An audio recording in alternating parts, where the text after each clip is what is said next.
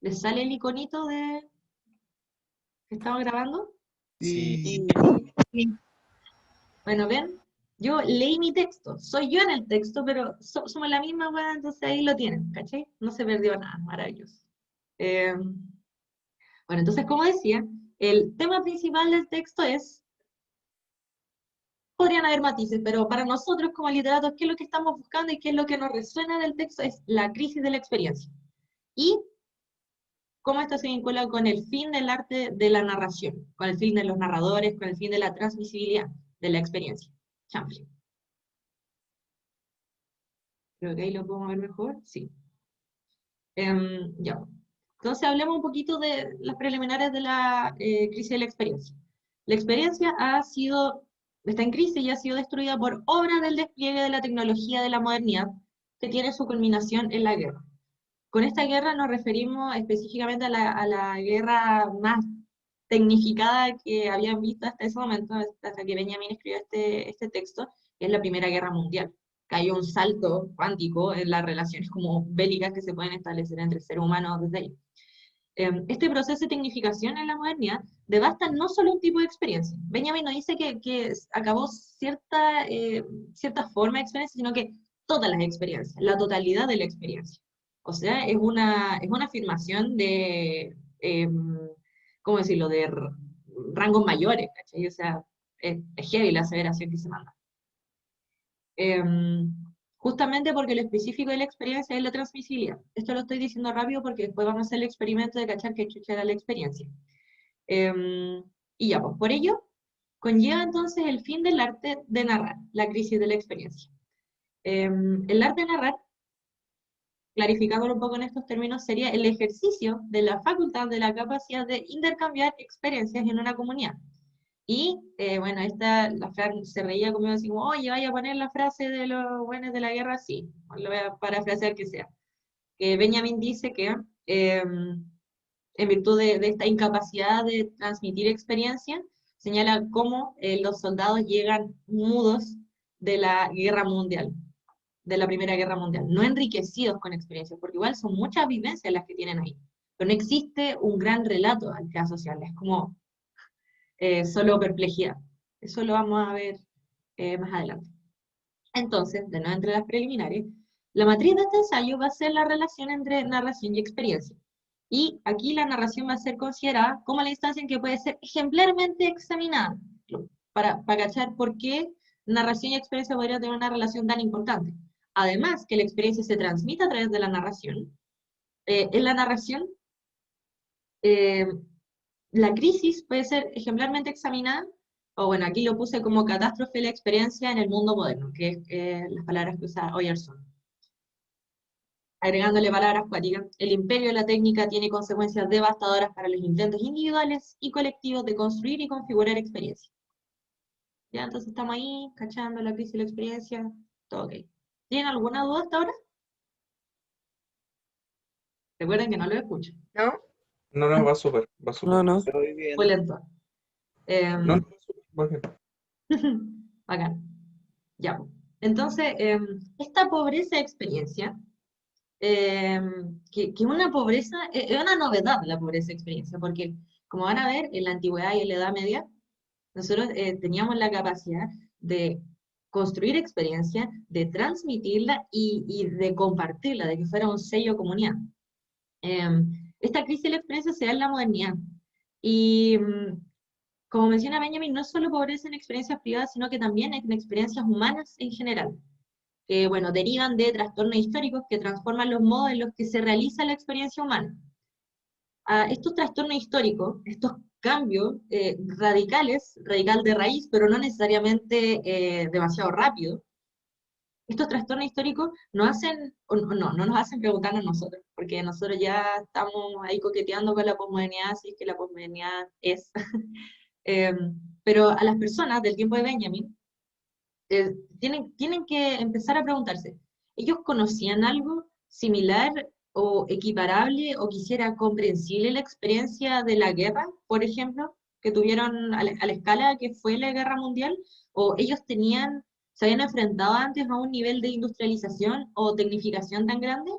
¿O otra manera de preguntárselo. Ellos preveían las consecuencias que podían traer a las comunidades y a la experiencia humana el hecho de esa tecnificación moderna, ese grado de tecnificación, más allá de lo que se adivinaba como la tecnificación va a ayudar al desarrollo, al progreso, va a disminuir la pobreza, todo ese cuento, fueron capaces ellos de ver que iba a mermar la capacidad de generar lazos en comunidad y de comunicar experiencia. No, no se habían preguntado esas cosas hasta este momento en que Benjamin se lo está planteando. Además de eso, no es solo que la experiencia haya desaparecido, sino que su valor, la autoridad de la experiencia decayó. Y esta es la cita de Benjamin. Dice, la gente vuelve enmudecida del campo de batalla de la guerra mundial, más pobre en experiencia comunicable, contrario a lo que se podría esperar.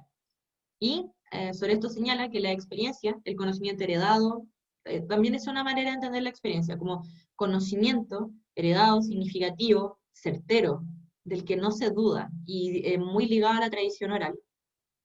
Estas experiencias fueron desmentidas por las vivencias inscritas en la técnica moderna.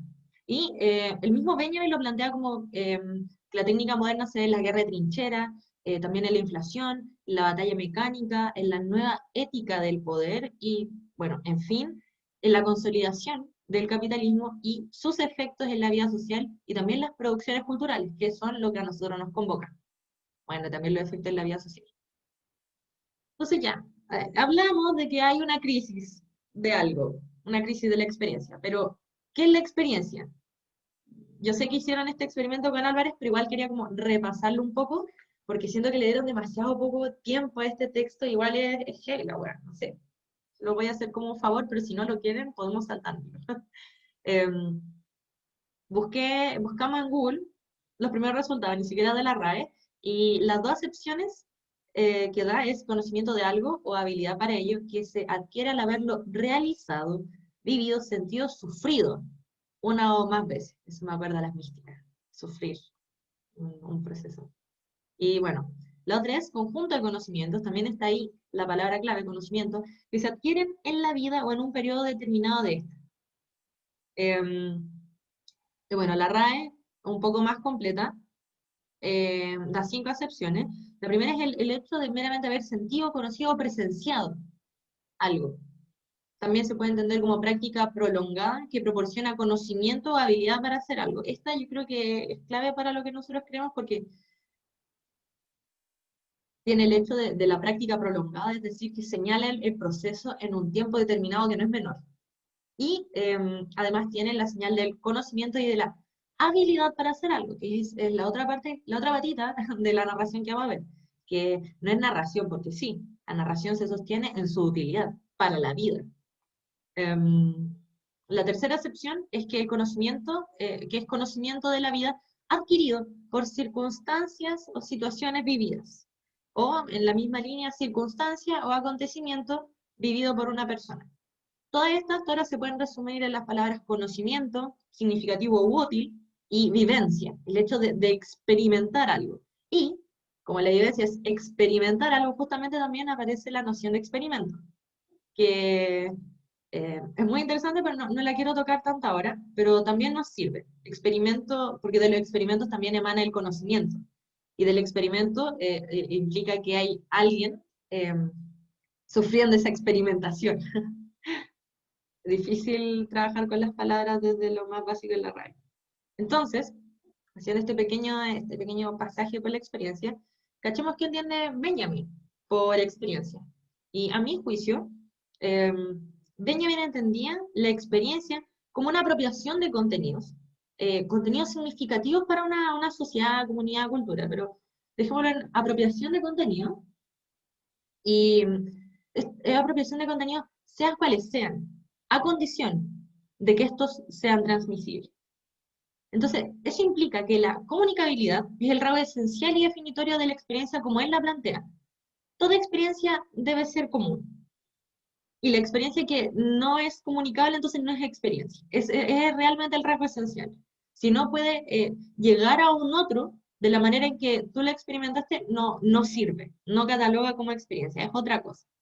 Entonces, Benjamin, junto con esto, comenta que lo que estamos presenciando no es el fin de un tipo de experiencia, sino de toda la experiencia, porque claramente ya perdimos la capacidad de comunicárnoslas, de traspasarnos esos conocimientos significativos que nos hagan la vida más fácil en una comunidad.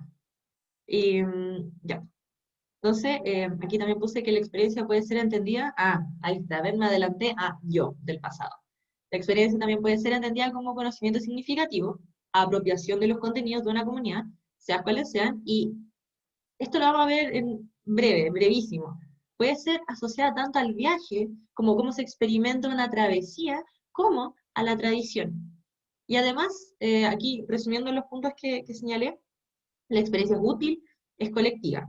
Es útil en el sentido que se puede transmitir como consejo. La palabra consejo va a ser clave en el tratamiento que hace Benjamin de la experiencia. Pero también como moraleja, como sabiduría o como certeza. But igual, piensen en eso como de no experimentar el escepticismo moderno que tenemos nosotros, la necesidad de verificabilidad, de explicabilidad de las verdades que nos transmiten nuestros ancestros. Eso era antes algo, no una posibilidad, sino que era la norma. Em, y claro, la comunicabilidad entonces de la experiencia, las condiciones que requiere esto, son dos, por ahora. Una, que pueda ser narrada, y dos, que exista una común escucha. Ay, me salió el chat, pero no lo puedo ver. Pancha, habla nomás. Ay, es que pensé que era como, que No, como estoy dale. adelantando algo que vaya a hablar después, pensé que igual mejor lo que dejaba así como privado. Pero ya, pero después lo decís. Ya, eso. Ah, ya. Sabéis que me llegan unos comentarios muy buenos por chat y yo digo así como, ya, no, hombre, denle bueno. Ya, entonces, ahí estamos con la experiencia, crisis de la experiencia, comunicabilidad de la experiencia. ¿Alguna duda hasta ahora? No se entiende bien. No, todo bien. Ya, ok. Muy fome, te dan No, ganas no, no. de leerlo. Le estoy poniendo todo el entusiasmo que puedo, de verdad. Sí. Estoy ñeque. Entonces ahora nos toca hablar, eh, se llama el narrador, pero la operación que hace Benjamin es no solo hablar de la narración, sino que opera en contraste, señalando las diferencias con la novela, que es más que nada como hija de la modernidad, y hija del capitalismo, la novela. Por muy triste que suene para los que quieren ser marxistas y los que les gustan mucho las novelas, aquí lo vamos a plantear como un bien de consumo. Ahí lo vamos a ir cachando. Entonces, plantea esta diferencia, por eso voy a primero hablar un poquito de las características del narrador, después de las características de la novela, y se me olvidó, pero hay un cierre con alguna cosa ahí como que vamos a ver. Ya, entonces, tú te empezáis el narrador, abrí este librito, y lo primero que dice Benjamin, si no lo voy a leer directamente, pero lo primero que plantea es que el narrador no está presente para nosotros y que el arte de narrar llega a su fin. Igual es poderosa la manera en que empieza su relato. Eh, y claro, aquí plantea su tesis principal, que es que hemos perdido la facultad de intercambiar experiencias, que, ojo, dábamos por segura. El dábamos se refiere así como un yo humano que trasciende en el tiempo y todo, no es él el que da la hueá por sentada, pero como seres humanos dimos por sentado el hecho de poder comunicarnos experiencias significativas. A partir de esto, plantea algunas características del narrador. La primera es que el narrador posee dos representantes arcaicos, y después vamos a cagüinear un poco sobre por qué son estos y todo el cuento. El primero es el campesino sedentario y el segundo es el marino mercante. El marino mercante es quien viaja desde muy lejos y cuenta su experiencia o los aprendizajes que sacó de un viaje, de una travesía. Y bueno, yo creo que un tipo muy claro de esto es lo que vamos a ver con el relato de Marlowe, que también es un marinero en el corazón de las tinieblas, así que lo invito a que quizás se lea la primera parte del narrador para que después podamos hacer nexo en la siguiente ayudantía, que va a ser del corazón de las tinieblas de Conrad, porque va a estar muy cool. Y bueno, el otro tipo de narrador es el campesino sedentario, que como se queda en su comunidad todo el tiempo, es quien conoce las tradiciones locales y sus historias. Comunica otra clase de experiencia. Sin embargo, Benjamin plantea que ambos, marino y campesino, se compenetran, se complementan. ¿Y cómo? Se complementan en el espacio del trabajo artesanal. Y por eso es tan importante la noción de artesanado. Esto ocurre, como lo describe Benjamin, en una bola como más o menos ficcional, pero representa bien lo que quiere plantear. El maestro sedentario está en el taller y sus aprendices errantes trabajan juntos en el mismo taller. Además, los aprendices errantes, los marineros, no siempre van a ser aprendices errantes. Cuando envejezcan van a sentarse en un lugar y van a cumplir la función del maestro sedentario. Entonces, son papeles intercambiables. Y sobre esto plantea que si los campesinos y los marineros fueron maestros ancestrales de la narración, el estamento artesanal fue su escuela superior. Así de importante, es como la cuna de los narradores, el estamento artesanal. Rasgos característicos de los narradores es que la experiencia que emiten tiene un interés práctico. Ya lo habíamos coqueteado un poco con eso, pero ahora vamos con más ganas sobre ese elemento.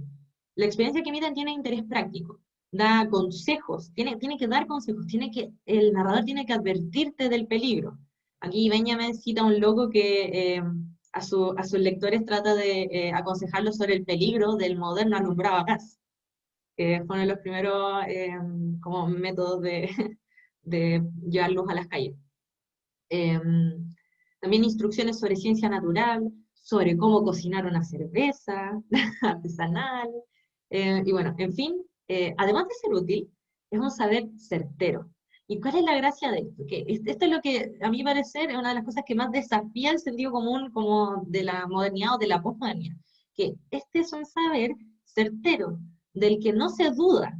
Te llega y tú te lo compras y así, lo tomas y dices, ok, esto me sirve, es útil, me va a ayudar en mi vida. Y ¿cómo se puede lograr eso? Porque está legitimado por una tradición. Y está legitimado porque tiene cierta autoridad ese saber, que proviene de la transmisión oral. Y bueno, claro, también necesariamente lo que dicen los narradores tiene que ser transmisible. No puede morir sin emitirlo y morir en una instancia. Entonces, por principio, la narración era útil y aquí me estoy repitiendo un poco, pero es que en verdad es muy importante, así que lo puse con otras palabras. Puede ser una indicación práctica, puede ser una moraleja, un proverbio, una regla de vida. En síntesis, el narrador es alguien que tiene consejos que dar al oyente. Y es un consejo que constituye sabiduría, que intenta orientar tu vida y darle una dirección. O sea, ¿qué no daríamos ahora porque esa web existiera? Pero bueno. Y claro, el plantea que en cambio hoy carecemos de consejos, tanto como para dar como para recibir. No tenemos cómo. Otra característica importante de la narración es las condiciones de escucha que requiere. Y acá voy a contarle un poquito sobre esto y después espero que el Tommy, si puede, se sume. Porque la narración idealmente necesita ser transmitida oralmente a una comunidad. Como vimos, ya era necesario el estamento artesanal para que eso ocurriera, pero además un oyente puede abrirse sin reservas al poder de la narración, así lo plantea Benjamin, idealmente desde el aburrimiento. ¿Cómo entiende Benjamin aburrimiento? Como el estado máximo de relajación espiritual, tal y como el sueño es el estado máximo de relajación corporal. De hecho, la cita que él pone acá es que el aburrimiento, bueno, esto en castellano, en verdad, no sé cómo será en alemán, así como... el aburrimiento es el pájaro de sueño que empolla el huevo de la experiencia. Entonces, no es menor esta hueá, porque implica que el aburrimiento es estructural en la configuración de la experiencia, ya que el aburrimiento es la cara exterior del acaecer inconsciente. Y en la ciudad, por el contrario, no hay aburrimiento, ni silencio, ni tiempo de ocio. De hecho, bueno, piensen en Netflix, como que cualquier momento de vacío que tengas se puede llenar. Tenemos esa posibilidad y casi esa obligación. Entonces se pierde el don de la escucha. Y si las historias no se escuchan, no se pueden volver a narrar. Básico, pero tengo que mencionarlo para mostrar cómo se rompe la cadena de los eventos. Entonces, Benjamin además sostiene que este aburrimiento no es posible hoy, y lo que hoy tenemos, en cambio, es que es una modernidad hiperactiva, hiperproductiva, que impide el aburrimiento bajo un sentido de urgencia de actualidad. Y por consiguiente que desbarata las condiciones necesarias para, uno, construir comunidad y experiencia, bueno, que son artesanado, narración y tiempo de escucha. Aquí sobre todo el aburrimiento estaría como afectando el no aburrimiento estaría afectando al tiempo de escucha. Y esas son las condiciones que existían antes de la era de la reproductibilidad técnica. Que, bueno, eso. ¿Tommy? Ya, yo tenía una bajada acá como... La verdad es que yo me pasó que lo leí ahora de nuevo y no pude evitar pensarlo así al tiro muy, muy... como que me cayó así como una teja, que hace mucho tiempo que yo no me siento aburrido. Po. Y me acuerdo cuando tenía, no sé, 6 7 años y yo me aburría, pues, ¿cachai? Como de repente estaba así sentado sin tener nada que hacer. Pero ahora no, pues, ahora no pasa eso. Y es porque, claro, pues siempre hay una serie nueva que ver, ¿cachai? Siempre salen nuevos capítulos, siempre hay un libro que leer, una novela entretenida. Hay como una cuestión que te ocupa todo el tiempo que podrías tener libre. Y es brígido eso. Y también pensaba, ahora conversando también con una amiga, estaba pensando en mi hermana chica, y es brígido igual eso como por ejemplo, TikTok, que es una plataforma muy brígida porque tú no tenés que hacer nada y solo veías un video y después vas bajando y veías otro y después baja y baja solo incluso, o podéis tocar para adelantarlo. Y yo la he visto a ella así quieta frente al teléfono por 3 horas. Es brígido, es brígido.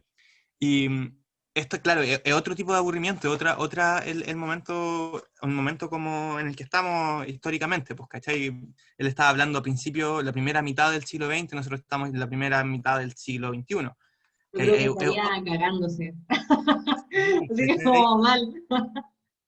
Igual también hay una weá como media, no predictiva, pero como buen análisis, pues, ¿cachai? Cachar Sí, que ya el aburrimiento no está existiendo. Es que, claro, Guatero. era Hay más una débil. mano levantada, creo. Perdón. Y chat. Ah, no sé quién levantó la mano, pero dele. Nosotros nos adecuamos a lo que quieran decir ustedes. A mí acá me preguntaron si... Era... No, dale. Ay, no, no, dale, dale, dale. Yo después sigo. Que me preguntaron si había una necesidad constante de novedad. Y es algo así, pues, pero más que, yo lo siento a mi parecer, es mi juicio, es que más que una necesidad constante de algo nuevo, es como una necesidad constante de distracción. Ujú. No necesariamente tiene que ser nuevo. También pase darte ante el imperativo de la productividad, po. A mí me pasa esa Ujú. weá, como que ya no voy a ver una serie, pero tenía una montaña de libros que tenéis que leer y en verdad como que es tu tiempo libre y que debes estar haciendo algo que te vaya a Sí. dejar algo. Y Ujú. en realidad pensamos solidarios como del capitalismo, así en el sentido como de invertir ese tiempo. Y por último, si no lo vais a invertir, no darte cuenta de que no lo estáis haciendo. Quizás ese es como el rol de las series, cuando tú como de estar distraído, no pudiendo pensar en el tiempo que estáis perdiendo. No sé. No, hay un loco de Bord, yo no quería decirlo porque es complejo de Bord, que tiene el libro La Sociedad del ¡Eh! Espectáculo. Planeamos esto, Muy, cabros. Estaba esperando que hablarais de la sociedad del espectáculo, de hecho. es que Como es muy Black Mirror, La Sociedad del Espectáculo, muy predictivo de los 70 ese texto, creo, o de los 80, no estoy seguro, pero muy una sociedad actual. Y ahí el loco dice en una parte como que el ocio de ahora como que tiene una apariencia, ¿cachai? De que es tu tiempo libre, pero la verdad es que también es tu tiempo productivo, pues, ¿cachai? Es tu tiempo de consumo, entre comillas. eso. ¿Cachai? En el que estás siendo parte de una maquinaria de trabajo y de un sistema grande, ¿cachai? Como que realmente no es que tengáis un tiempo libre, pues, ¿cachai? Es un tiempo como que es parte del sistema. Y por eso tú tenéis que consumir durante tu tiempo libre, ¿cachai? Tenéis que ver Netflix, que el que pagáis, ¿cachai? O que tu tía paga. O tenéis que ir a ver una película al cine, ¿cachai? Y gastarte, no sé, las 4 o 5 lucas que sale la entrada. Y la voladita, pues. La voladita. Creo que ahí termina mi intervención. El capitalismo necesita considerar a los sujetos ya no como obreros, porque el proletariado o el obrero de Marx es ese sujeto como pobre que apenas puede como pagar su vida, pues. Entonces vive en la miseria constante. Pero Debord dice que ya especialmente desde los 60, como el boom, el capitalismo necesita considerar a los sujetos como humanos, no como meras máquinas que producen. Entonces tiene que considerar su tiempo de ocio y por eso, no sé, pues, aumentan los estándares de vida y como que comienza a crecer la clase media, porque de ahí, claro, pues está la gente que puede permitirse comprar cosas para mantener un estándar de vida. Y ahí la literatura y la cultura se vuelven súper importantes y ¿qué hacen los hippies si no pedir más cultura y menos guerra? Hay una cita imprecisa, que no estoy seguro si es de Debord, pero creo que sí, creo que él dice que si para el capitalismo, ¿cachai? Le fuera conveniente, o para los dueños, ¿cachai? Los empresarios, los dueños de las cosas, sea conveniente como tener esclavos, como seguirían habiendo Está esclavos, pues, bien, ¿cachai? sí. Es frigia esa weá. He Ahora, escuchado esclavos. yo escuché ese argumento en otro lado, casi como que en realidad si quería explotar tanto la clase trabajadora, en verdad como que se empieza a extinguir. Se mueren antes, hubo una época en que se morían como a los 40 años. De hecho, las Claro, mujeres estaban obligadas o sea, lo primero que hizo como la industria fue incorporar a las mujeres a la industria, pero se dieron cuenta que sin alguien que cuidara la casa y cuidara a los hombres y les diera como el sexo necesario como distracción para poder eh, aguantar la dura vida en la industria y que alimentara bien a los hijos, se morían, de verdad la esperanza de vida era menos de 40 años, así que igual tuvieron que ceder un poco, pero solo como en un tira y afloja que pueda mantener la explotación en su punto de mayor eficiencia. So, pacto patriarcado capitalismo. sí, Oigan, eso. había una niña, Belén, que Sí, quería hablar. perdón. Sí, yo quería eso. Disculpe, pero, o sea, quizás sea tonta mi intervención, pero como con lo que ustedes señalaban, pues con el capitalismo, bueno, el capitalismo viene con esta plusvalía, la explotación del obrero, que tú señalabas, y como la sociedad hiperactiva, que tiene que ver mucho también como el obrero y la clase trabajadora no se le permite, o al menos la clase más baja, con la clase más explotada, no se le permite el momento de ocio. Está Ujú. tan explotada, está tanto que trabaja, tanto que sirve al capital, que no tiene eso. Yo también lo veo como así, como esa sociedad hiperactiva tiene que ver con eso, con que el capital le pide, le exige al Ujú. obrero estar trabajando, y hoy día, no sé, a mí me pasa en lo cotidiano. Yo, no sé, estoy en una asamblea territorial, súper piola, estoy hablando con mis vecinos, mis vecinas, y les digo, oiga, ¿sabes qué? No sé, ¿cómo le ha ido? ¿Cómo? No, trabajo, y hablan de trabajo todo el día. Y yo digo, wow, o sea, claro, a mí me va a tocar porque yo también vengo de la misma clase que ellos, em, pero ahora soy estudiante y estoy en un puesto más menos privilegiado, pero yo veía ahí de que no, pues no hay tiempo para leer, no hay tiempo ni siquiera para compartir con tu familia, pues, que la familia ya sea, no sé, tu mismo amigo que vive contigo en la casa. Ujú. Yo creo que eso también, no sé, disculpe. No, está bacán. Es así, la explotación se da de distintas maneras, pues, inclusive hay la gente que sí podría tener el tiempo como por las comodidades que logró, logra autodisciplinarse, ¿cachai? Porque tú lo que decías es que esa gente, la gente de tu barrio como que no tiene el tiempo para dedicarse como a esa weá que causan placer, que es más o menos como la razón para que uno está vivo, pero después te das cuenta que tenía ese tiempo, inclusive, y algo pasa que la lógica del capitalismo como que permea eh, tu relación con las otras personas y contigo mismo, ¿cachai? Entonces, como que logra perfeccionarse para afectar como a todos los estratos. Esa es mi opinión Sí, súper poco sí, sí, letrada, lo que yo comparto. prefiero escuchar a la Pancha y al Tommy sobre eso, en verdad. Sí, fíjense. Buena, autosuperación, sí. Ayer me ayudé a mi A hermano a contarla ahora, hacer... Ah, ¿qué? como ahora sí que ni lo puedo decir porque lo escribí en Ah, el chat y lo escribí mal. sí, sí. Pero el comentario de la Belén estuvo bastante interesante porque, claro, pues apunta a esa misma lógica de que todo el tiempo nos estamos explotando a nosotros como sujetos en esta idea de producir.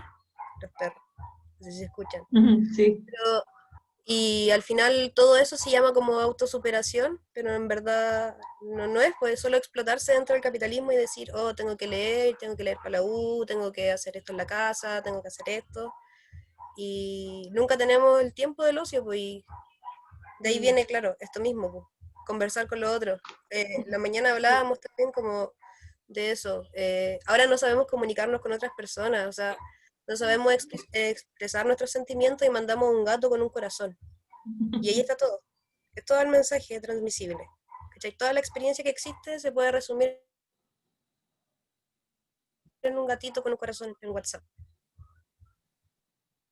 Sí, yo como sumarla a eso también viene como esa ideología de la meritocracia, así como que entre más mérito, bacán, porque te superaste, como decís tú, po, te superaste, eres bacán, lo lograste y tenés poder. Como que esa falsa ideología de que si te esforzáis te va a ir bien. Y es mentira, po, es mentira, porque por más que te saques la cresta, la clase trabajadora todos los días trabaja y no tiene lo que merece, po, porque lo que trabajamos no es para nosotros, po, no es para nuestra clase, pues, para ellos.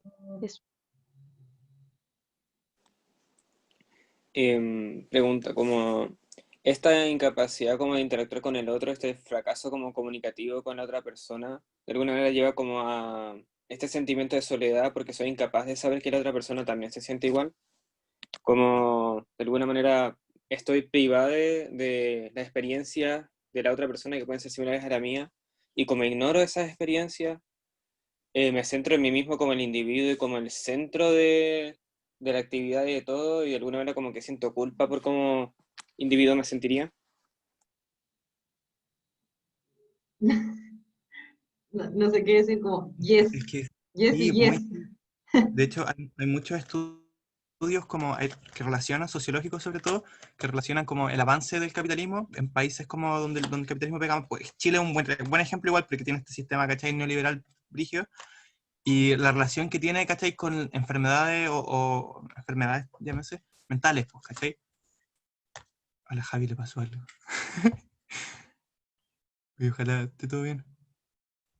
Bueno, pero eso, pues como hay una relación súper estrecha entre esta incomunicabilidad de la experiencia que producen las formas de producción, entre comillas, el trabajo, así como la explotación brígida, y el sentirse solo, el estar triste, el sentir que uno no es suficiente también.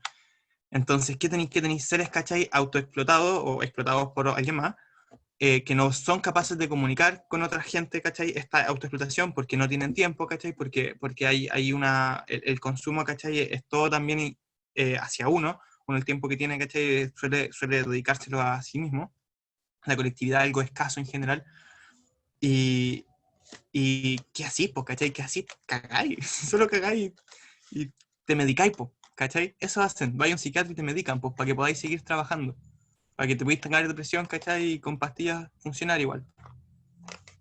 Y es muy triste, weón. Me da Nosotras, digresión. sorry, no sé si va por puesto, estábamos hablando con una amiga algo parecido otra vez, que uno va a la U, como por la idea de que quería ir y quería estudiar algo que te gusta, y de repente, no sé, estáis en un semestre para la cabeza y te das cuenta que estáis pagando para que te hagan sufrir. Entonces, como, suena súper estúpido, así como, no, mira, yo voy a la U solo para sufrir, estoy pagando para eso, y es como, eso. Au. Oigan, me encantó esta discusión. Sí, quería pedirles si me dejan volver a la presentación porque creo que lo de la novela estoy pagando por clase online, por así. Sí. Em, Ay, perdí el hilo. Ah, sí, porque creo que lo de la novela sirve mucho y de hecho puedo ahorrarme un poco sobre lo que puse sobre las formas épicas y sobre la lentitud. ¿Ya? Sobre esto, solo quiero mencionarles que la épica, que es una de las formas de la narración, es una forma de comunicación humana que se ha configurado con enorme lentitud y también va a desaparecer con enorme lentitud, ¿ya? Esto para señalar que el fin del arte de narrar no es una hueá así como, oh, pasó en la Segunda Guerra Mundial, hay tanta tecnología, aquí se acaban, sino que es un proceso de larga data, ¿ya? Y perdón por ese énfasis, porque yo quería hablar al toque de la novela, pero es que con la sorpresa que les trajimos preparada, vale la pena tenerla así como en consideración. Así que eso, me lo voy a pasar, me lo voy a pasar, me lo voy a pasar. Me pasé todo hoy, me siento así como libre. Me lo pasé todo. Ya. Cachamos un poco sobre la narración, pero ¿qué plantea Benjamin sobre la novela? Y voy a tratar de hacer énfasis en el tema de la soledad, que yo justo con los cabros nos juntamos a la 1:30 a conversar esto, pero alcancé a agregar una wea en ese pequeño momento. Eh, ya, pues. Benjamin concibió que era posible y necesario abordar los desarrollos del arte a partir de las transformaciones de los modos y medios de producción en cuanto estos condicionan y afectan los cambios de producción artística. Esto, él tiene un libro sobre eso. Yo no me lo he leído como corresponde leerse estos textos teóricos hasta ahora, así que se lo voy a mostrar nomás, pero la Pancha creen cómo será este texto y quizá el Tommy igual, ¿ya? No me acuerdo si él se lo leyó. Pero, se llama La obra de arte en la era de su reproducción técnica, ¿ya? Que literalmente se enfoca en, en ver cuáles son las consecuencias que tienen estos condicionamientos en la producción tecnificada del arte y en la era en que puede reproducirse. Y, bueno, ese es el rollo de Benjamin. Acá se acerca tangencialmente, pero si uno entiende ese texto, puede iluminarse mucho más el narrador. Y esto nos va a permitir comprender entonces el arte de una perspectiva materialista, y eso nos va a llevar a hablar de la diferencia entre narración y novela. Entonces hablemos de la invención de la novela. La novela, bueno, aquí puse imprenta y libros, pero lo que es importante decir es que la novela ya no es un relato para ser compartido en comunidad. Así, soledad.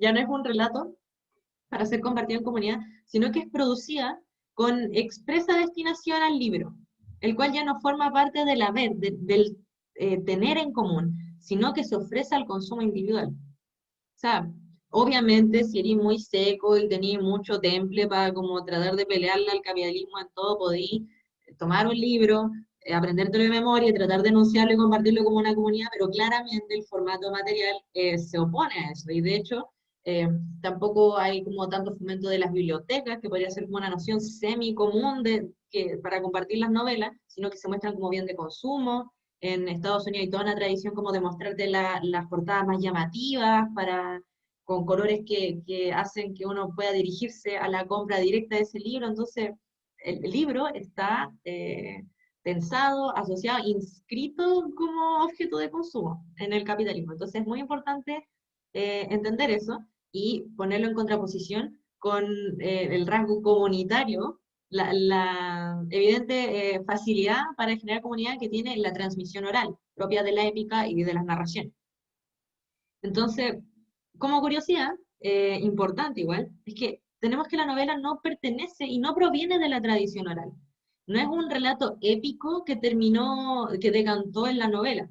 Y aún más importantemente, la novela tampoco puede ser, como dijimos, integrada en la tradición oral. Es muy difícil, se resiste, es un material que se resiste a ser compartido de manera oral. Además, y esto ya como en términos de contenido, la novela es radicalmente incierta y signa, le da sinónimo de signa. No sé, pero podríamos decir que encarna la perplejidad del sujeto, todo lo contrario de tener certeza. De hecho, no puede comunicar certeza y, bueno, acá vuelvo a lo de la soledad, lo que le agregué ahora, es que la novela además requiere para ser escrita y para ser leída de un individuo aislado. No se puede escribir en comunidad. Lo necesita, la novela impone, uno de sus requisitos es usted va a estar solo y quien lo lea también lo va a leer solo. Está inscrito individualidad a individualidad, la comunidad se pierde.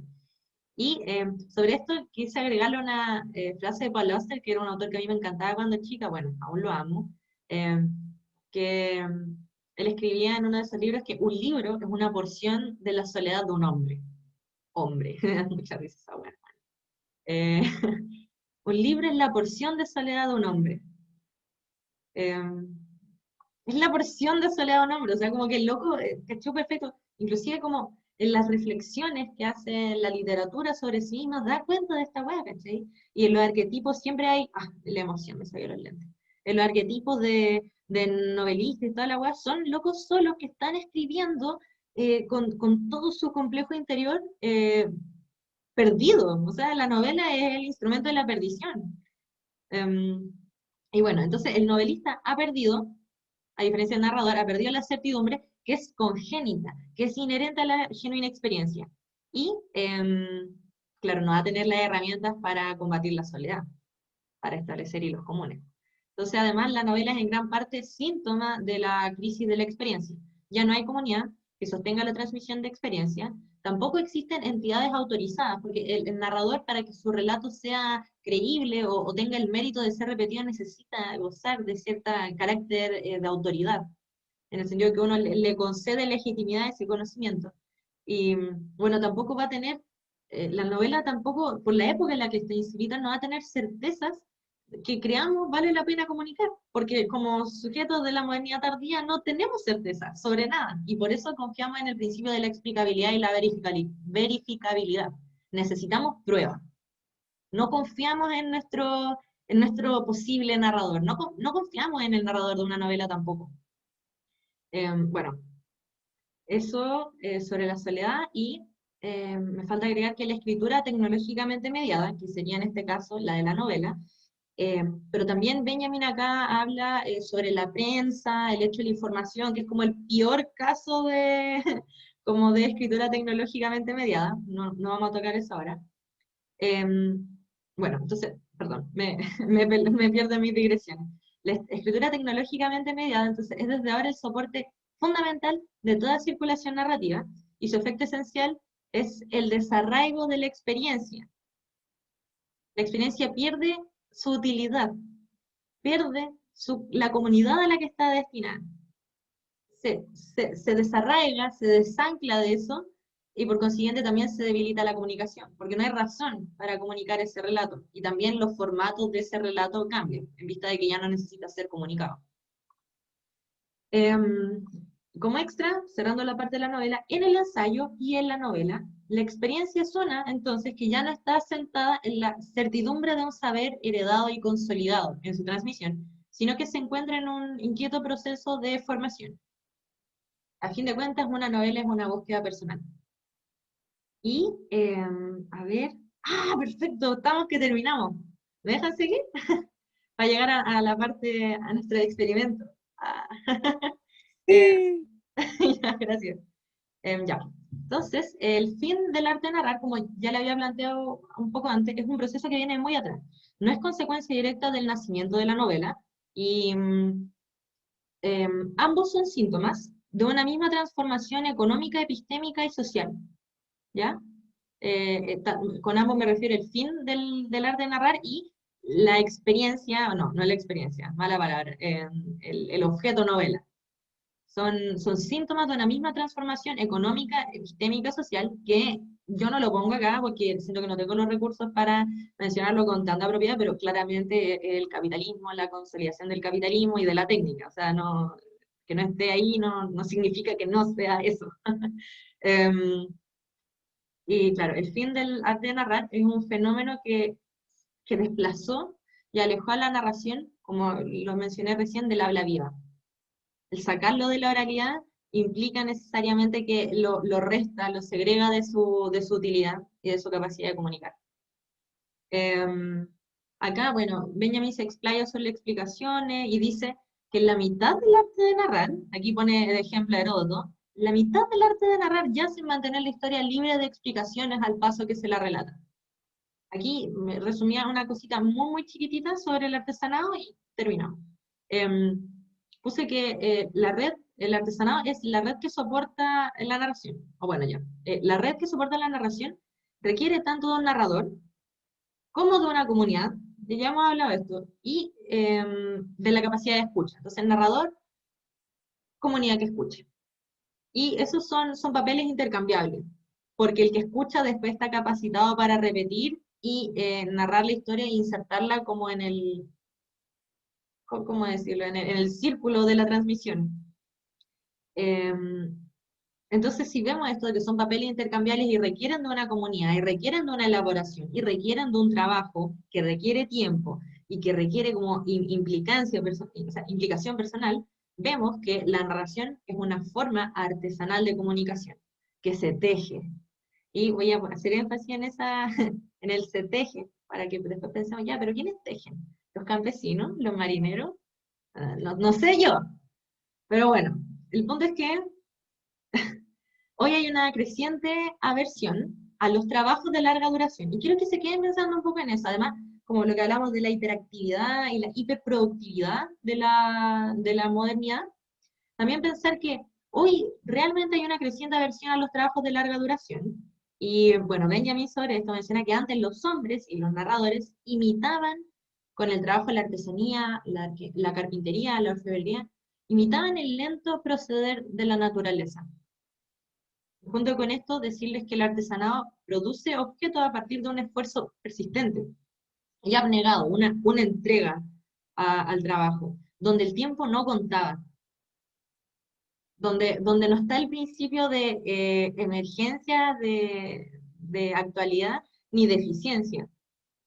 Y en cambio, en el momento actual, no se le dedica tiempo, y estas son palabras de Benjamin. Dice que en el momento actual no se le dedica tiempo a nada que pueda ser de alguna manera abreviado. Esa es su manera de sistematizar esto, que en realidad no le dedicamos tiempo a nada. Y sobre esto señala que el gran narrador siempre va a estar enraizado en el pueblo y sobre todo en los estratos artesanales. Ah, aquí puse pausa y la tabla, pero le voy a mostrar la tabla después porque estamos como quizás no tan bien en el tiempo, perdónenme. Igual partimos 15 minutos antes, ¿eh? Así que no es a las 7:30, a las 7:45 que nosotros estaríamos bien terminando. Eh, no para que se queden, pero para que nos perdonen que nos demoremos un poquito más. La verdad hemos hecho todo lo posible. Entonces, bueno, a mí, Daniela Picón, la profe, me pidió por favor que yo les integrara preguntas en las ayudantías, como va a ser el instrumento de evaluación. Entonces, para valorar la centralidad de la pregunta, yo les traje esta pregunta que les voy a resolver y con la que le voy a dar un pie a la Fran para que se explaye sobre algunas cosas que yo personalmente no logré clarificar del texto del narrador. Por suerte no son esenciales y en realidad yo puedo haberles mentido y decir, no, bueno, sí, yo entendí todo, pero la verdad es que no pude, no caché esta parte. En la Pancha tuvo que investigar sobre eso. Eh, Se me fue. Ah, ya. Entonces aquí vamos a responder esa pregunta entre yo, la Pancha, y después les tengo esas dos preguntas que le voy a leer al tiro para que vayan pensando. La primera sería, si alguno me puede contar cómo cuál es la relación entre narración y experiencia. Y la otra, que solo quiero que respondan al final, es, ¿cuál es la importancia del artesanado? De hecho, se las voy a copiar. RP es el rincón pop, ¿ya? Dice, responder después del rincón pop. No, se fue Mijail, acaba de cachar. Ya. En el chat están las preguntas, no se pueden librar de eso. No, obvio que sí, pero agradecería enormemente que alguien me la responda porque puta que costa hacer esto. Ya, pues. Entonces, ¿por qué la experiencia está en crisis?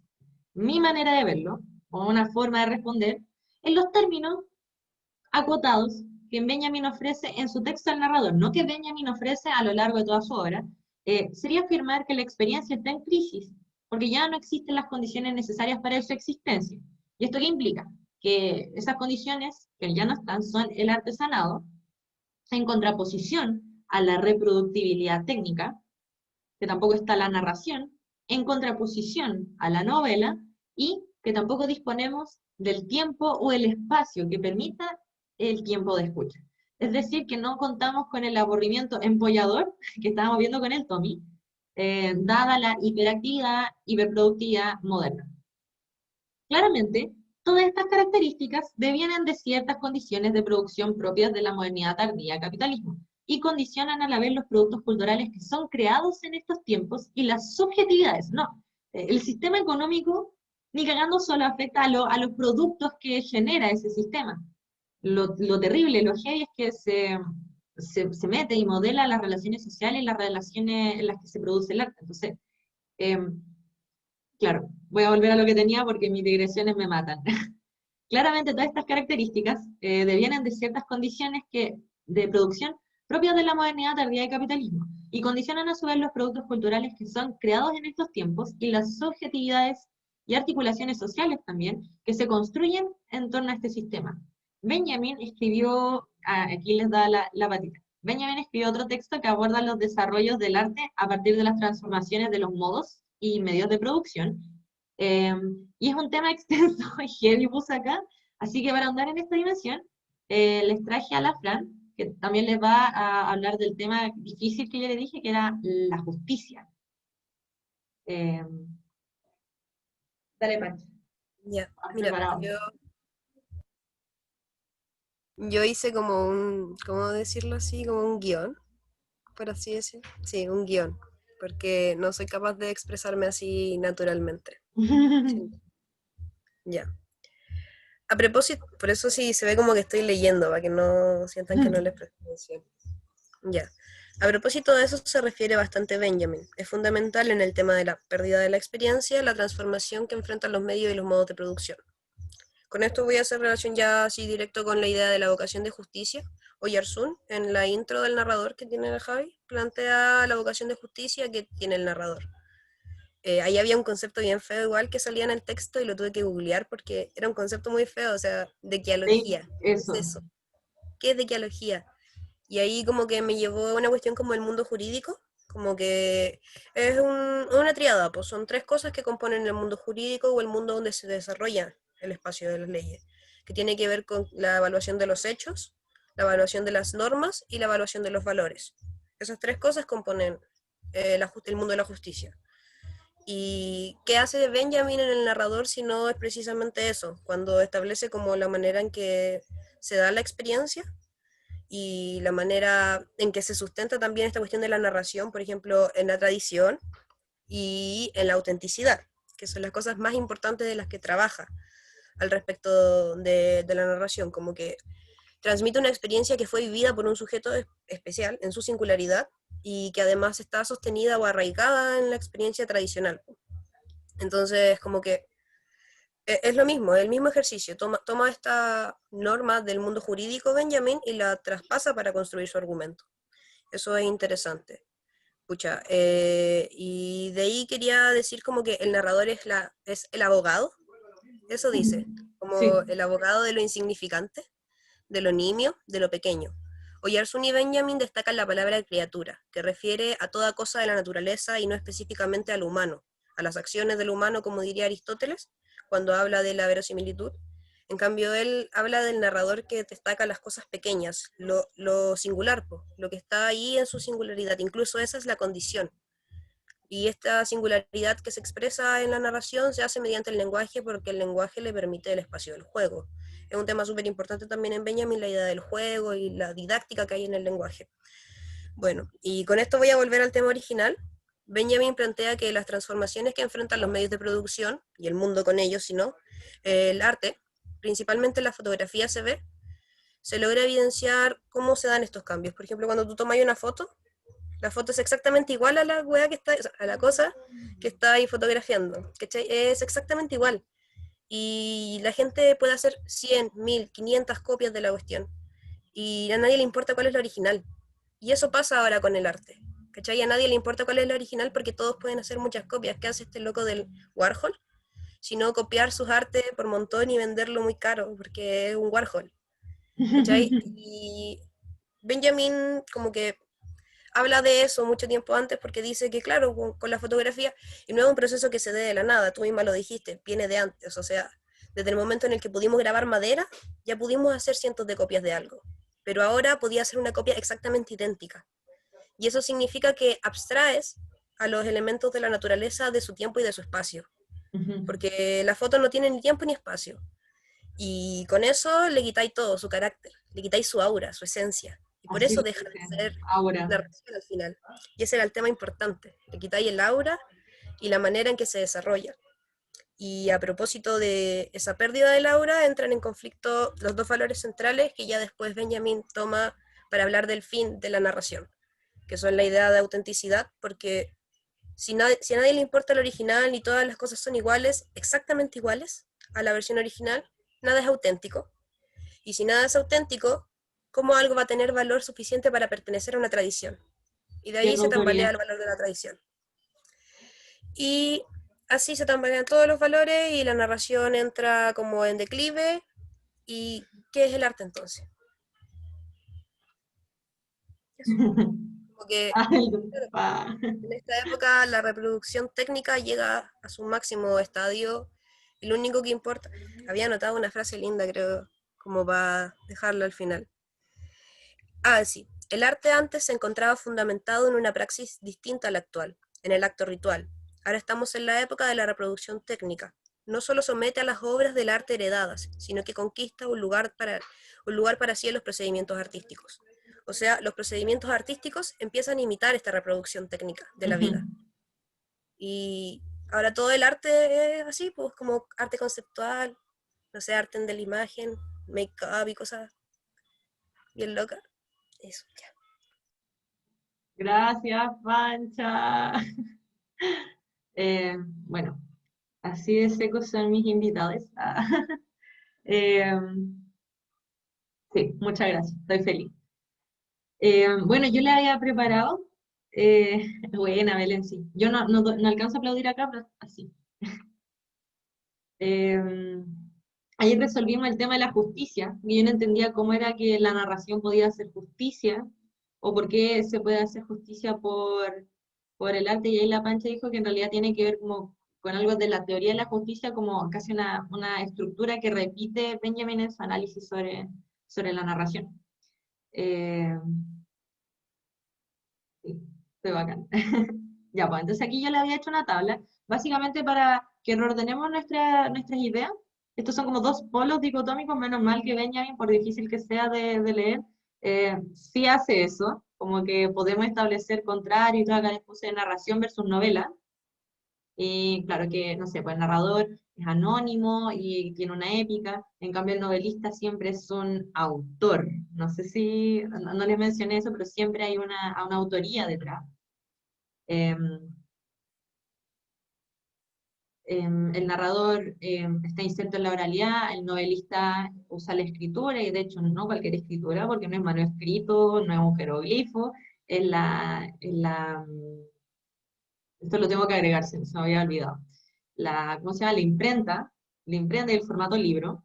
Eh, Aquí también pone comunidad versus individualidad, sujeto y la soledad. Debía haber puesto comunidad y compañía. También tenemos la experiencia y la transmisibilidad en contraposición al fin de la experiencia, que es incomunicable, y claro que no tiene comunidad. La narración es consejo práctico, y la narración no tiene consejo que dar. Ahí lo pueden revisar, ¿ya? Algo bonito que agregué acá es que eh, la narración busca y deja una moraleja de la historia, así la plantea Benjamin, y en cambio la novela busca o deja un sentido de la vida individual.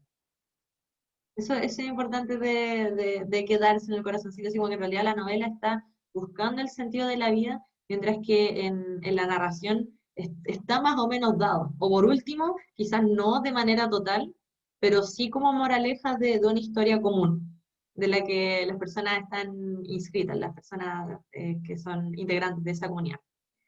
Y acá está nuestra parte experimental.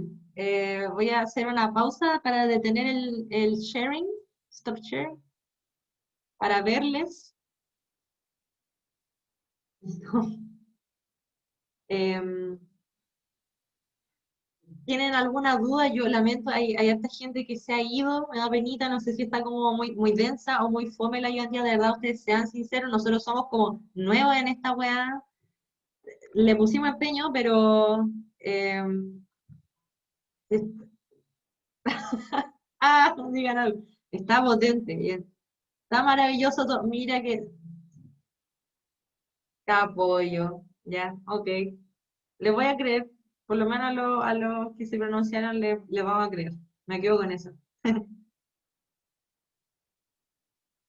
Ah, se te cae el internet. Ya viste, si la estamos grabando, que si alguien después dice así como, ay, me quedan así a ganas con repetirme el plato de esta wea, eh, la pueden ver de nuevo, o la pueden traficar y todo.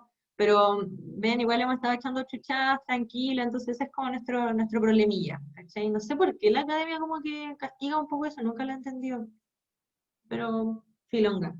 Eh, Le voy a compartir de nuevo la cuestión. Pancha, Tommy, ¿quieren agregar algo? ¿O empezamos con el rincón pop al toque? Ya, ok.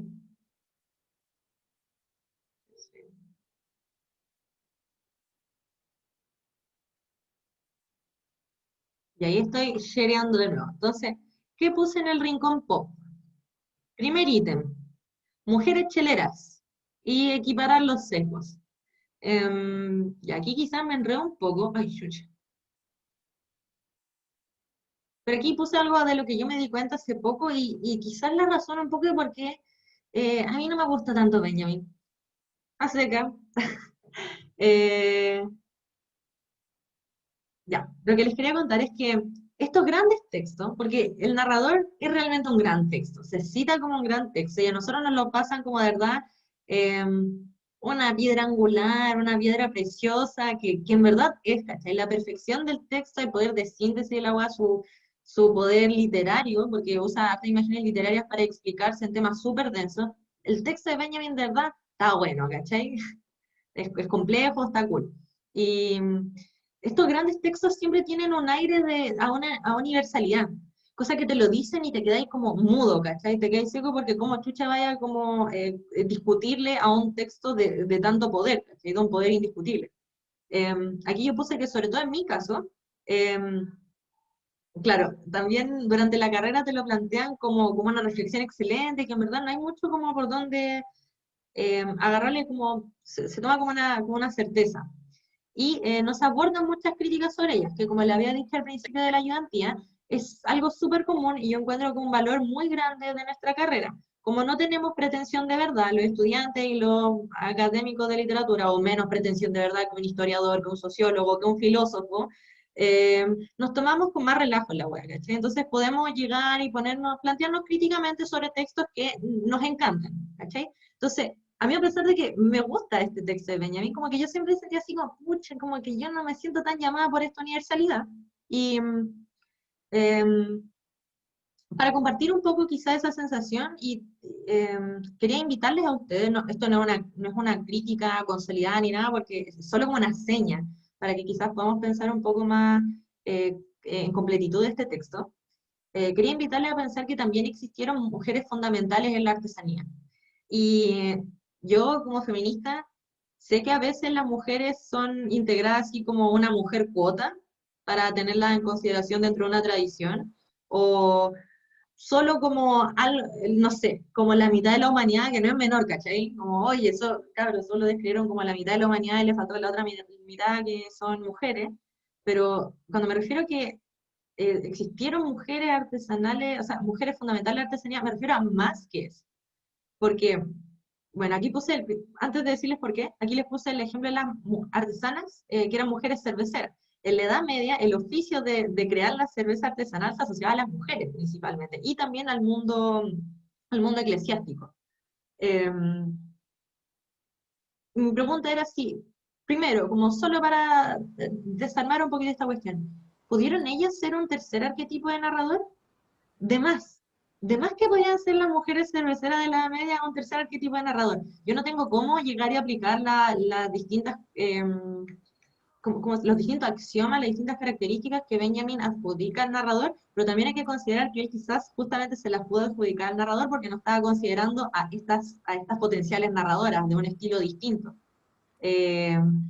Bueno, con la mística y todo, quizás le hubiera costado harto más hablar y sostener el problema de la transmisibilidad de la experiencia, ¿cachai? Pero yo sé que quizás no tienen tan, tan fresco eso, pero quería ponerlo ahí, que hay mujeres artesanas importantes, fundamentales, y que además que poder ser una narradora. Y aquí como ejemplo, a mí me encanta la chela, así soy su fan. De hecho, termina esta wea, yo me voy en bici a mi bar favorito a retirar un roller de chela artesanal. De regalo para mañana. Les puse este ejemplo porque la cerveza es antiguísima, es como de Mesopotamia, de hace 3000 años se creó, pero fue una abadesa, una mística en el año 1100 en Europa, creo que en Alemania, la abadesa Hildegarda von Bingen, quien le agregó el lúpulo a la receta de la chela y le dio el sabor característico a la maravillosa cerveza que conocemos ahora. O sea, la cerveza como invención moderna es invención de una mujer. Así que para los reglamentos del escudo, bueno, que ahora están tratando de borrar un poco la misoginia y toda la hueá, como que ojo ahí, ¿cachai? No es producto como del macho recio y weá. Entonces, aquí puse que yo creo que ahí borrachitas se narran las mejores historias. Y poniéndolo un poco más serio, efectivamente, la verdad es que el trabajo artesanal siempre fue importantísimo para la mujer. Y yo diría, más importante, más central de lo que era el artesanado para el hombre. Porque para el hombre era bastante una opción. Habían hombres aristócratas, inclusive las mujeres aristócratas no solían tener como poder sobre su propia propiedad. Podían ser marinos también, como el mismo Benjamin lo menciona, pero para las mujeres el artesanado era una necesidad. sobre todo porque era el único trabajo que se podían desempeñar. No el único, una exageración, pero aquí lo puse para simplificar el tema. Puse tejer, hilar, crear bolsas, crear las botellas donde servir la cerveza, crear la cerveza, incluso algunas abrían sus casas para servir la cerveza y hacían como bares y botis en sus propias viviendas. La mayoría de las mujeres de la Edad Media y también a principios de la modernidad vivía de oficios artesanales, porque les permitía combinar trabajo reproductivo, que tiene que ver con la reproducción de la especie que se da en el marco del hogar, o el trabajo doméstico, con trabajo productivo, que implica que las mujeres no salimos de la economía del hogar. No nos salimos como que no aportamos al hogar y a su mantención, sino que producimos fuera del hogar. Y es tanto así, la dependencia de la mujer del artesanado era tan grande que Angela Davis, en su libro Mujeres, Raza y Clase, nos cuenta que en Estados Unidos, que estos relatos de Estados Unidos suena como que en realidad es demasiado moderno, pero como nación colonial se desplaza un poco, ¿cachai? Entonces, en Estados Unidos la verdadera desposesión, y aquí pues la certera dependencia económica de las mujeres ocurrió con la industrialización del trabajo. Porque hay un momento en que las mujeres que se dedicaban a hacer un excedente artesanal y venderlo afuera de sus casas y con eso mantenerse, ya no pudieron competir con el mercado industrializado. Pero la industria tampoco las aceptaba como trabajadoras industriales. La brecha no duró mucho, pero fue lo suficientemente grande para afectar a las mujeres y afectar a las mujeres en su autonomía económica de manera simbólica importante. Hay hartos hitos en la devaluación de trabajo femenino, pero ese es uno. Si obviamos la casa de brujas y toda la weá. Me perdí. Es que me encanta esta weá, sorry. Bueno. Me da risa verlo reír. Ya, pues entonces, este momento, como entre que las mujeres no pueden dedicarse como se dedicaban al trabajo artesanal y tampoco pueden formar parte de la industria, merman su autonomía económica.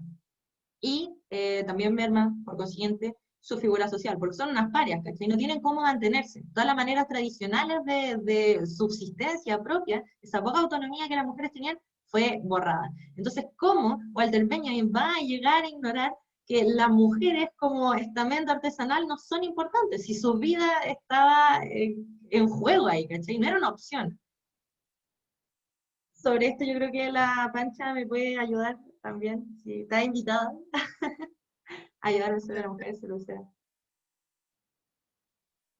¿Ahora? Así como, ¿ya? Sí, sí.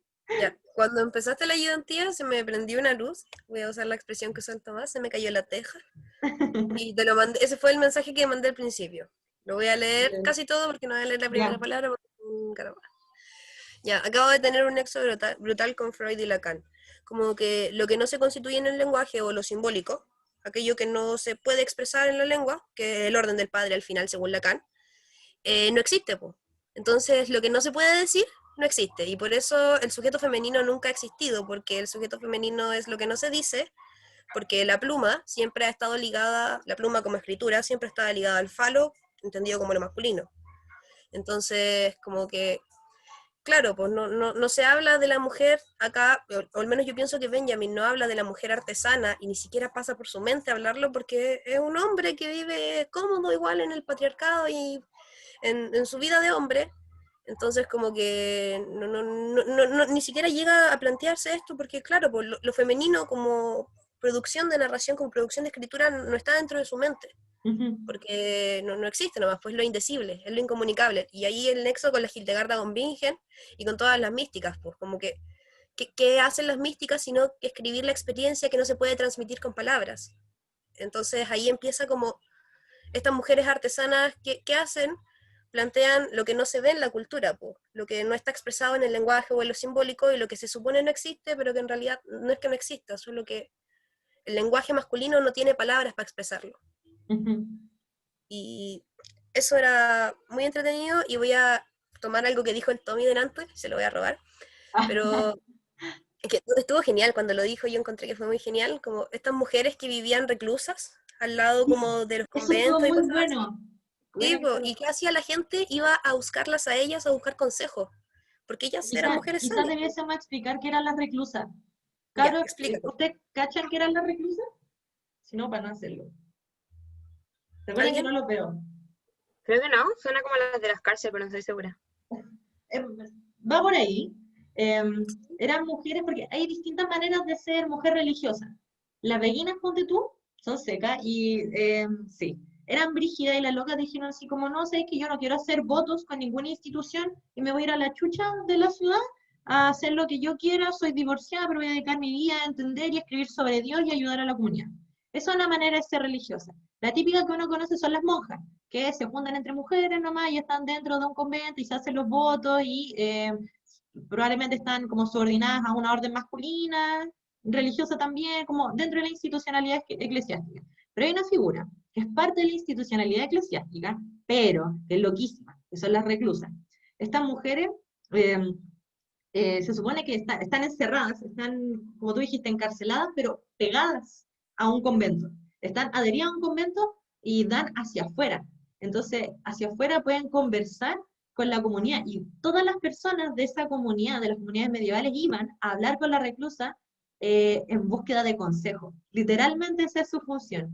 Y bueno, si ustedes ven la centralidad del consejo en la teoría que plantea Benjamin, como que ahí, esto se lo ocurrió al Tomás, o sea, ni a mí ni a la Fran, pero esto se lo ocurrió al Tommy, que claro, la centralidad del consejo en Benjamin, ahí te das cuenta como de la parcialidad de su punto de vista, ¿cachai? Porque si no puso a la reclusa ahí, que literalmente es una mujer cuya función es aconsejar, que no tiene otro contacto con el mundo exterior, no, ella no sale de ahí, le dan la comida por una rejilla y todo, pero su universo mental, su experiencia era totalmente compartible, ¿cachai? La gente acudía a ella. Entonces, eso son las reclusas. O sea, perdón, denle no.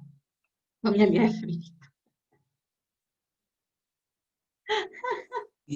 Igual está brígido porque de hecho, se estudia desde la mística como eso, pues como la experiencia mística, pues. Y es justa la palabra que ocupó Benjamin, ¿cachai? Para hablar de la comunicabilidad, pues de la experiencia. Pero él trata de una experiencia muy material, ¿cachai? Muy práctica también. De una experiencia como concreta, muy de un mundo que no da un espacio para lo espiritual. Es brígido igual eso. Medio contradictorio ahí con el concepto de aura que propone después y todo, pero bajo sus mismos términos, ¿cachai? Como solamente se ciega, como eso, pone un velo, ¿cachai? Y elige parcializar su trabajo. Igual brígido. Igual ahí quizás incluso se podría haber hecho el nexo porque cuando me habláis como de eso, como de lo material, porque el mercader y transportaba la experiencia de la lejanía como espacial, ¿cachai? Y el artesano como de la lejanía temporal, pues como que siempre era eso, pues como traer al presente la experiencia del pasado, del pretérito. Y acá también hay una cuestión como de lejanía, o sea, yo recuerdo que las místicas todo el rato hablaban del ascenso, del descenso, de la lejanía que tenía el alma con Dios, pues al final el deseo era acortar esa lejanía lo más posible. Y el dolor del cuerpo era una de las cosas que permitía eso, pues. Pero eso, como que había una cuestión de distancia también que se establecía. Y como que Benjamin, claro, además no sabía, además ni siquiera cachaba lo que eran las místicas, quizás ni siquiera leía la Hildegarda. Puede ser. Son tan cool estos locos que uno no piensa que como que no hayan podido leer a la Hildegarda, o sea, ¿cómo? Pero... Ay, Felipe quiere Igual de hablar. más, pues. Dale. Tengo una pregunta en ese caso, como ¿qué pasaría con la figura, por ejemplo, de, no sé, pues en Gringolandia, con la mama, que es la sirviente negra, o en América, bueno, en Chile específicamente lo que sería la nana, o no sé, pues pensaba también en Del amor y otros demonios, que está esta niña que se cría con las esclavas negras y que aprende también como de esa comunidad. Como ahí también me imagino que hay una narración, pero que ya hay como una diferencia también de estamento social que se pone ante la persona que aprende. Bueno, y también, bueno, entre las mismas mujeres que trabajan, que vienen de lugares distintos y tienen experiencias distintas también, pero que también se ponen en un lugar fijo y que se vuelven como sedentarias en ese lugar. Como, no sé, ¿cómo cabría eso? ¿Quién quiere responder? A mí se me ocurre algo. O yo en general, pucha, no sé si es realmente una respuesta, pero me viene a la cabeza eso de, en general en Frankfurt, Walter Benjamin, Adorno, estos locos, suelen tener una visión, porque son alemanes, ¿cachai? Los alemanes tienen una tradición como intelectual muy fuerte, y todo, Walter Benjamin es sociólogo, como literato, seguro tiene una formación en psicoanálisis, ¿cachai? Es filósofo también, la hace todas, ¿cachai? Y sabe de todas. Y estos locos por lo mismo también tienen una visión súper elitista de la cultura, en general. Yo creo que por ahí va, pues, ¿cachai? Como, no sé, pues, el Adorno y Horkheimer hacen una crítica brígida al jazz, ponte tú, ¿cachai? Porque es una forma como de manifestación, como de... No una manifestación de la alta cultura, pues, por ejemplo, sino de los negros, ¿cachai? Como en Estados Unidos. ¿Qué hueá más baja cultura que otra hueá, pues? Entonces yo creo que puede ir por ahí, puede ir por ahí. No sé si responde algo o Sí, acerca. yo quiero agregar algo a eso. Los conchetumas. Sí, yo quería hablarlo desde el mismo sentido que lo decía el Tommy, como que son súper elitistas, pero claro, en verdad ellos no pueden concebir como las teorías que escriben habitualmente no consideran la matriz colonial, o en realidad todo está hecho como alrededor de una matriz muy occidental y de hecho como de lo mejor de Occidente, ¿cachai? Porque, claro, tú pusiste un ejemplo así como eh, clásico de la interseccionalidad, así como, a ver qué pasa con las mujeres negras, como que obvio que vaya a pillar a Benjamin.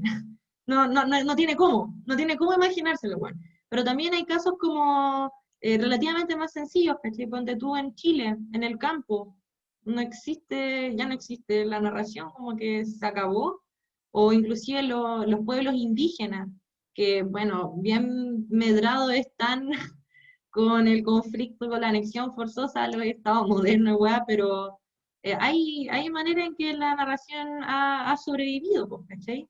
Y también debe existir en otras comunidades que, como tú mencionáis, conciben esos métodos de supervivencia. De hecho, justamente las personas que no necesariamente como que adscriben a todo el paradigma moderno completo, ¿cachai? Como que no adscribir al paradigma moderno completo o tratar de salirte un poquito como de las normas más básicas, los axiomas más heavy del capitalismo, le da como una vida extra a esto de la narración. Y Benjamin creo que no es capaz de concebir eso, como que solo habla de la forma lineal, así como mira, Occidente y los alemanes y la élite intelectual y fin, ya no hay más. Eso. Tampoco Es sé como si Borges. Como como- Borges, así para Borges no hay otra forma de escribir que no sea así como todo el rato aludiendo a la mitología griega y a filosofía como del siglo XVIII. No hay otra forma, sencillamente. A ver. Borges habría votado rechazo totalmente. Y no sé, y lo hubiera dicho de una manera elegante, ¿eh? No hubiera dicho así como yo quiero que se quede la constitución de Pinochet. Algo hubiera armado. Oigan, nos quedan como 10 minutitos para estar en el tiempo legal de la hora y media, así que ¿les tinca si vamos a la segunda parte del experimento? Participants, ¿qué me dicen? Eh, Pulento. Miren, como este texto es sobre un weón, y ya empezamos a hablar de las mujeres cheletas, yo dije, oye, pero, ¿y si lo llevamos un poquito a la realidad? Entonces, lo que se me ocurrió hacer es entrevistar y hacerle unas preguntas a artesanas, mujeres. Son tres artesanas. Hay una chica que trabaja, la de Times Temple, trabaja en resina. Ella me hizo estos aritos.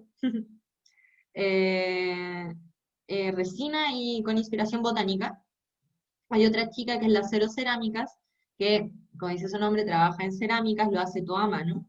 Y la otra es la Cirquel Joyas, que trabaja en plata y en bronce, en joyas de inspiración también botánica. Quería mostrarles, no creo que alcancemos a ver las respuestas, pero si tienen un tiempito, de verdad nos costó caleta conseguir esta web, así que si las pueden leer después, se lo agradecería de corazón.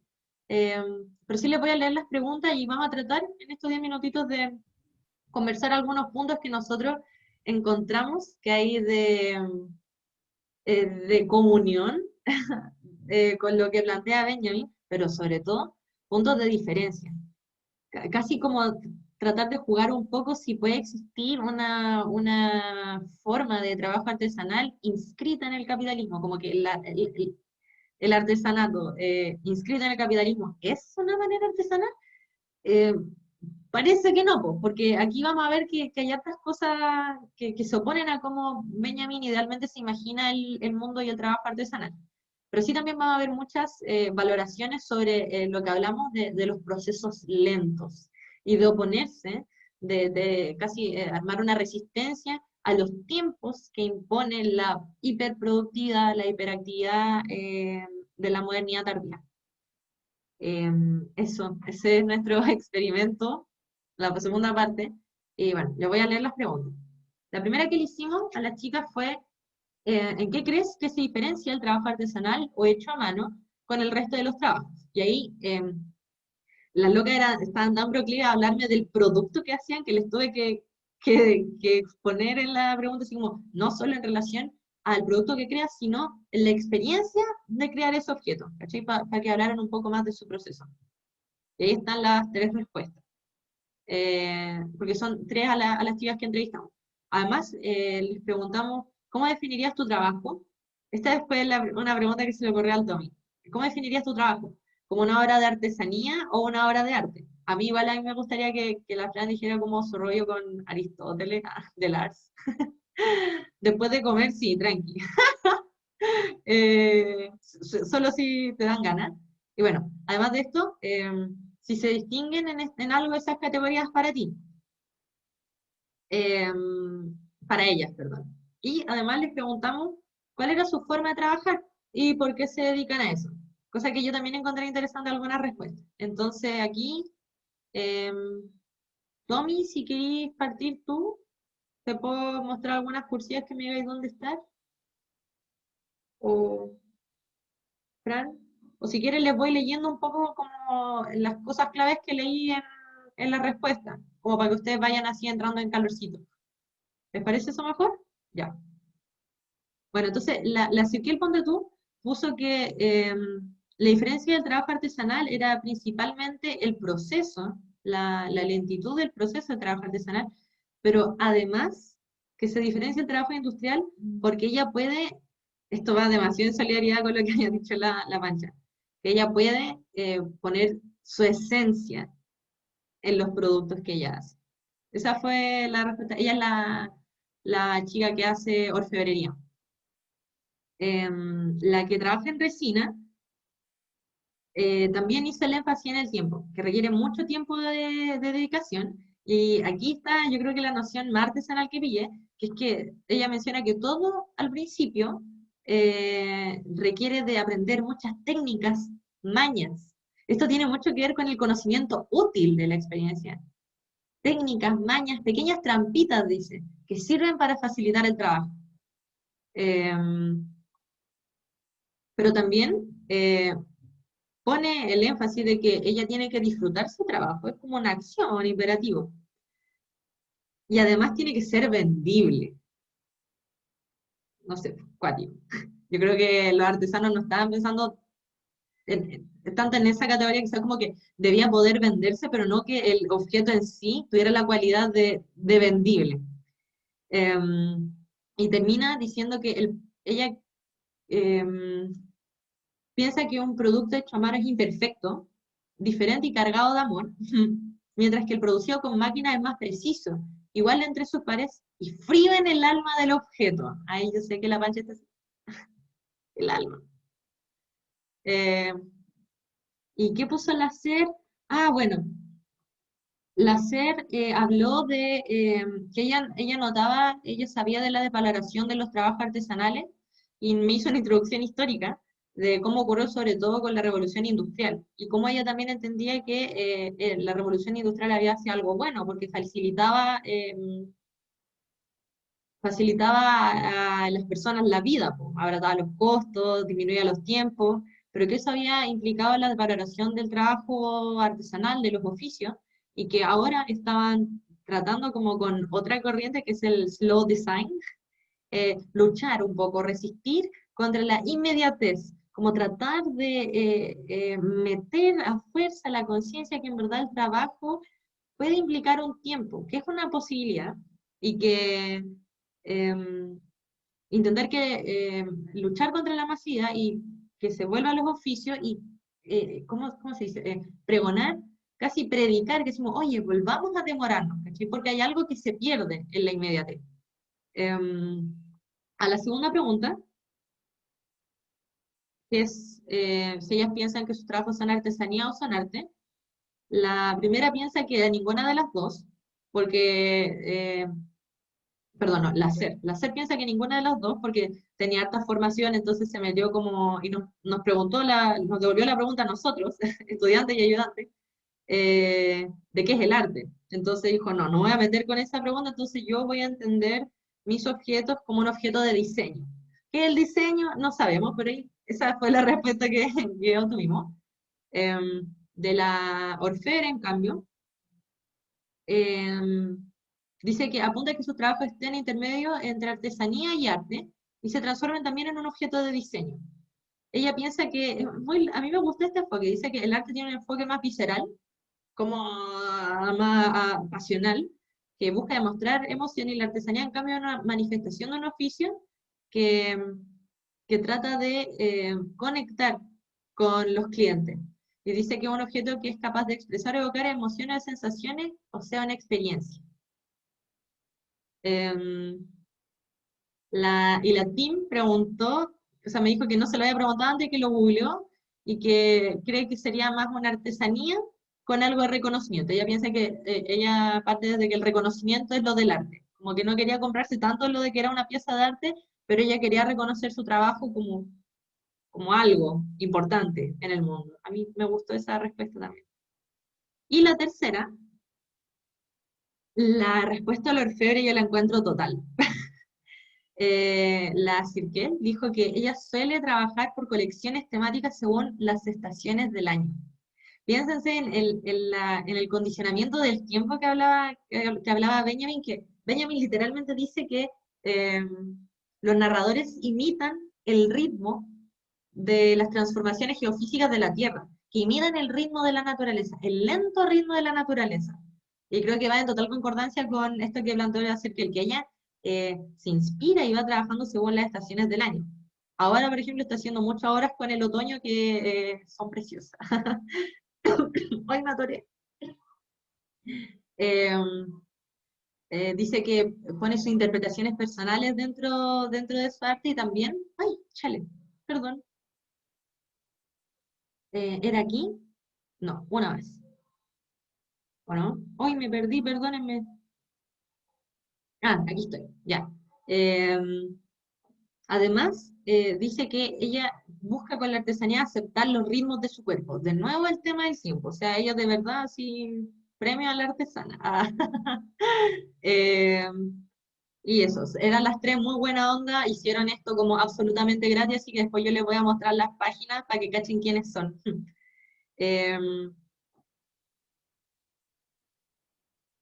Yo creo que... ya. La Tim, en cambio, dice que ella busca inspiración y su forma de trabajar es hacerlo prácticamente todo. Esto también a mí me parece súper bonito porque va en contra de la especificidad del trabajo y de la cadena de trabajo industrial del capitalismo, ¿ya? Se me había olvidado decirle eso antes a los cabros, pero encuentro que a pesar de que es solidaria, los métodos de venta que tienen, los precios que se ponen son solidarias como a las estrategias mercantiles, hay cosas en las que todavía se escapa un poco de esa lógica. Y el hacer, la última, bueno, es muy impresionante. Ella dice que su trabajo es manual, totalmente manual, no usa ninguna clase de molde, y creo que lo más tiene un torno, como para hacer girar las cosas mientras, mientras las va modelando en cerámica. Y ella dice que se dedica a esto porque encuentra que es un espacio de constante creación y de constante aprendizaje, que nunca se acaba. Y bueno, el aprendizaje también era una de las cosas que mencionaba Benjamin, eh, que el consejo útil es justamente para aprender de ese consejo. Y ¿qué más? Ella dice que no quería encerrarse en una oficina, así que empezó en la cerámica como exploración personal y se dio cuenta como que ahí estaba su pasión. Y es muy loco, porque en un oficio tan específico ella encuentra que es como un espacio ilimitado de creación. Claro, y que ella deliberadamente quiere, ¿cómo se llama? Revalorar los oficios, sobre todo en Chile, porque, bueno, hay algún rollo se pegó. Así que ahí está como la respuesta un poco resumida, pero igual les aconsejo que las lean y piensen un poquito sobre eso. Y si quieren, Tommy y la Pancha pueden ir diciendo sus últimas aseveraciones. Uy, yo quiero decirte una cosita chiquitita, que es que hay mucho que decir la verdad respecto a eso, pero como igual estamos con el tiempo, que para dejar la reflexión, que igual es brígido esto de que ellas como que son dueñas de una técnica, pues, ¿cachai? Como dominan una técnica de hacer su trabajo, pues, su área. Y es muy, muy, muy parecido, ¿cachai? A lo que hacían, por ejemplo, los pintores, ¿cachai? Hace 400, 500 años, a los que los retratos, ¿cachai? Cuadros muy importantes para la historia del arte fueron hechos por encargo, pues, ¿cachai? Como, no sé, pues, ahora se me viene a la cabeza Velázquez. Velázquez tiene un montón de retratos, entre ellos uno del Papa Vicencio X, creo que se llama una cuestión así, que es un cuadro muy importante, así, muy, muy importante para el arte, porque ocupa una técnica, no sé qué, pero la guapa fue un encargo, ¿cachai? Un encargo del Papa. Y asimismo como en la literatura con la Eneida, ¿cachai? Es un encargo que le hace el emperador romano a Virgilio para que pueda justificar un poco la tradición romana, pues, ¿cachai? Y la Eneida, una de las obras del César, claro, muy importantes para la tradición latina, que fue hecha por encargo. Igual Brígido, pues, ¿cachai? Por alguien que era un dominador de la técnica, de una técnica. Como qué raro igual la diferencia entre arte y artesanía. Solo quería decir eso. Sobre el tema del arte y la artesanía, yo quería decir eso. Igual me tiraste así como el tema del Aristóteles, bueno, lo voy a decir porque es necesario. Sí, sí, pero si Aristóteles lo vamos a leer y lo vamos a ver siempre en literatura. Porque Aristóteles en la poética establece que el poeta es un artesano. Para él no hay una diferencia. Para él todo el arte es producto de un artesano, ¿cachai? Porque, claro, eso mismo, el que maneja la técnica, el que produce algo, ars significa hacer técnicamente, o sea, es como construir. ¿Y quién construye sino, quién hace arte? El que tiene la capacidad de hacerlo, pues, el que construye la fábula, por ejemplo, en la idea de la tragedia. Y es una persona que va dando forma mediante experiencias que tiene, pues mediante forma de las que conoce. Ya, por ejemplo, en la época en la que habla Aristóteles, tenía que saberte los metros, las rimas, tenía que Sí, saberte los de memoria, ¿cachai? no es cualquier wea escribir No es cualquier en wea, esa. horrible. La Ilíada tiene muchos, muchos, muchos versos y yo al menos nunca me aprendí de memoria ninguno. Entonces, como que, imagínate eso, pues el que crea es un artesano, pues. Y si él no establece esta diferencia es porque piensa que la creación poética es lo mismo que cualquier arte. Y que todas las artes, la característica que comparten es que tienen un sujeto que selecciona del medio lo que va a representar. Entonces, el arte al final cumple la condición de que es arte porque tiene un hacedor, un artesano. Hay varias personas que recalcan este tema, como la idea del artesano en Aristóteles.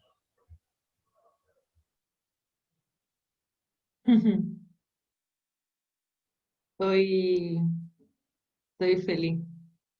Oigan, dejé de share screen. No, quédense un segundo, por favor. Tengo que share screen de nuevo, porque esto me costó mucho hacerlo y se lo debo a las cabras. Bueno, terminamos nuestra presentación. No me digan al tiro si les gustó aún, pero miren, para darle un rostro al trabajo de estas cabras, esta era la Times Temple Jewelry. Y no sé si se alcanza a apreciar, ella trabaja con resina y atrapa plantitas dentro. El mío no tiene plantita, pero traté de hacerlo así como galáctico y ella hace todo eso a mano. Sí, o sea, trabaja con moldes sí, po.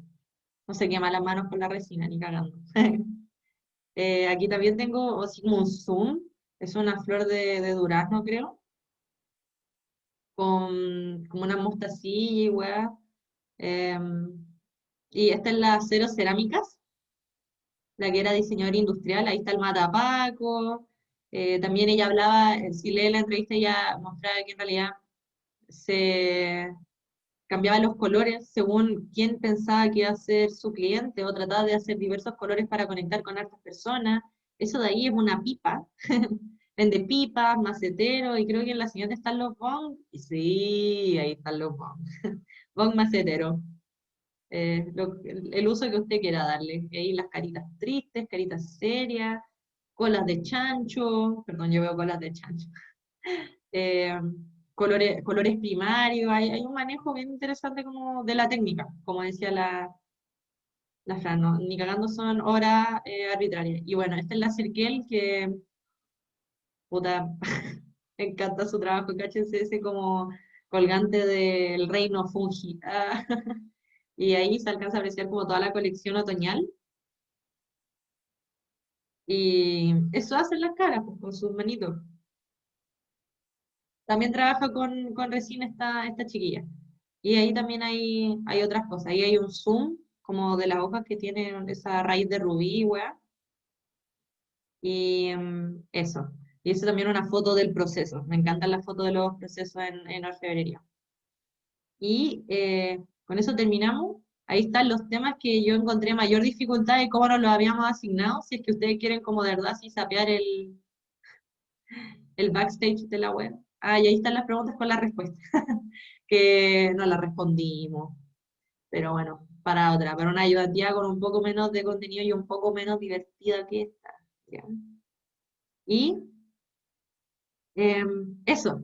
Esa es nuestra presentación, si quieren ahora hablen un ratito, 2 minutos, cuéntenos qué les pareció, si cacharon un poco del narrador, si le dieron más ganas de leerlo en estas claves. Gracias, Carlos. Sí, a eso qué, si hablamos pura wea, también es una opción. Yo le doy puras opciones bacanas, así como, oye, ¿te encantó? ¿O te gustó demasiado? ¿O quedaste así como con una epifanía brígida? No es eso último. Te da las ganas. Ya, bacán. Em, bacán. Más aplausos, lento. Sí, aplausos a los cabros, ellos vinieron desinteresadamente a ayudarme aquí. Yo voy a intentar hacer esto más o menos seguido. No es con ánimo de tramposa, porque créanme que esto tiene mucho más trabajo que una ayudantía normal, o sea, entrevistas y toda la weá. Es más que nada que yo los quiero entusiasmar a ustedes, como con el oficio de los estudiosos de la literatura. Y en verdad yo, con todo el empeño que le podía poner acá, no me hubiera apasionado tanto por el tema si es que no hubiera conectado con gente que sentía un real entusiasmo por el texto, ¿cachai? Súper preparada, bacán. Entonces, por eso invité a la Pancha y al Tommy. Además, son bien amiguitos míos, así que yo confío plenamente en su comprensión lectora, en su capacidad crítica, weá. Y eso, entonces voy a tratar de traerlo más seguido, pero la verdad es que Benjamin es el que le gusta. Quizás vienen Pabrej, o la María Zambrano. Nadie me pesca con Conrad, pero quizás encuentra alguien más que quiera venir. Pero en Conrad quizás no necesitamos gente porque yo estoy así muy involucrada. Eso, yes. Eso, queremos darle las gracias a ustedes también, se quedaron hasta la hora del pico. Mira, eso está grabado, qué belleza. Eh, gracias. Y eso, estuvo muy bueno, qué bacán. Miren, pequeño recordatorio, nosotros vamos a hacer, recuerden que no les puedo hacer una ayudantía tan brígida como todas las semanas, ni menos ver todos los textos porque los profes disponen de 2 cátedras y yo solo de una. Y decidimos votar, no sé si están acá los que estuvieron en la votación.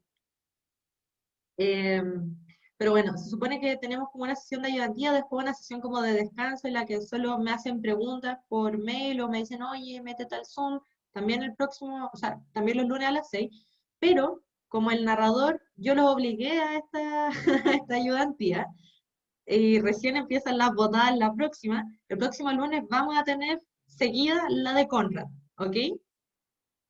Eh, les aviso eso. Y también va a estar muy divertida, con harto trabajo y todo. Y después de eso, descanso para la Javiera, descanso para los invitados, descanso.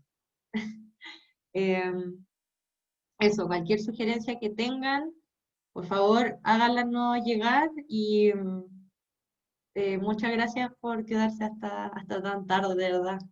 Son las 8, ustedes deberían estar tomando chela. La mancha así como, ya va. Eso, ya. Muchas gracias a ti, Javi, estuvo muy bueno. La pasé muy bien. No sé, Bacán. Me la Carla encanta. me había comentado que parecía como un podcast, entonces fue como muy entretenido también escucharlo a ustedes, pues como que debatían ideas. ¿Te lo Entonces, comentó de concuerdo antes? mucho con esa idea. ¿Cómo? ¿Te lo comentó de antes? Así como, oye, esta wea es como un No, hace podcast. poquito Vos dale. estábamos hablando y me dijo, no, esto parece un podcast. Y dije, sí, un muy buen podcast. Sí, está muy bueno. Mira, Menos mal que ahora va. nos hace Bueno. sentir muy felices, creo. Ujú. La Fran no sé, se tapó la cara. ¿Te estás poniendo roja? Eh, Pues ya, perdón. ya. No, bebecita. Oigan, sí, la Pancha hizo un esfuerzo enorme por mostrar la cámara. El único que estaba presentable antes de la 1:30 para mostrar su cámara era el Tommy. Yo me tuve que bañar para esta sesión, me maquillé y la weá, así que de verdad, esfuerzo en todas las dimensiones posibles del cuerpo humano y la mente. ¿Ya? Eso, voy a dejar de grabar. Dejar de grabar.